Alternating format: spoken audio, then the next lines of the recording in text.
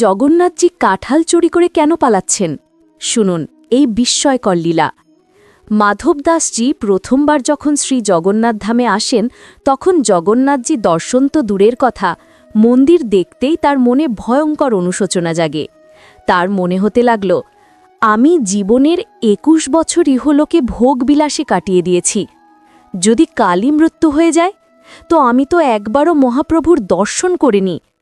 দুঃখে তিনি সমুদ্রতটে চলে গেলেন এবং মৃত্যুর প্রতীক্ষায় বসে রইলেন। মনে শুধু একটাই কথা, ২১ বছর জীবনে একবারও আমার প্রভুর দর্শন হল না। চারদিকে লোকজন বলতে লাগল, এতদিন আসনি, এখন তো এসেছ।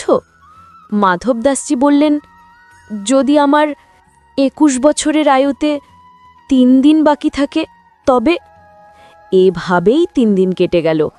জগন্নাথজি ব্যাকুল হয়ে উঠলেন। ৩ দিন ধরে মাধবদাসজি কিছুই খাননি। ওদিকে জগন্নাথজি মন্দিরে প্রসাদ গ্রহণ করতে পারছেন না। লক্ষ্মীদেবী জিজ্ঞেস করলেন, স্বামী কি হয়েছে, প্রসাদ গ্রহণ করছেন না কেন? জগন্নাথজি বললেন, ইচ্ছা হচ্ছে না। লক্ষ্মীদেবী বললেন, কেন?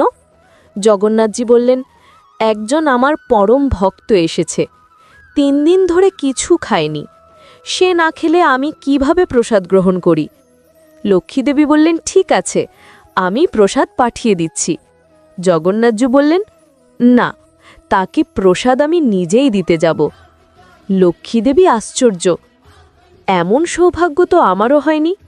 জগন্নাথজি ছেলের বেশে প্রসাদ নিয়ে এলেন। জগন্নাথজি তার নিজের সোনার থালায় মহাপ্রসাদ নিয়ে এক ছোট ছেলের রূপে মাধবদাসজির সামনে উপস্থিত হলেন।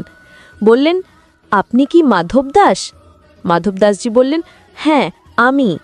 ছোট্ট লালা বলল, স্বয়ং মহাপ্রভু আপনার জন্য মহাপ্রসাদ পাঠিয়েছেন, গ্রহণ করুন।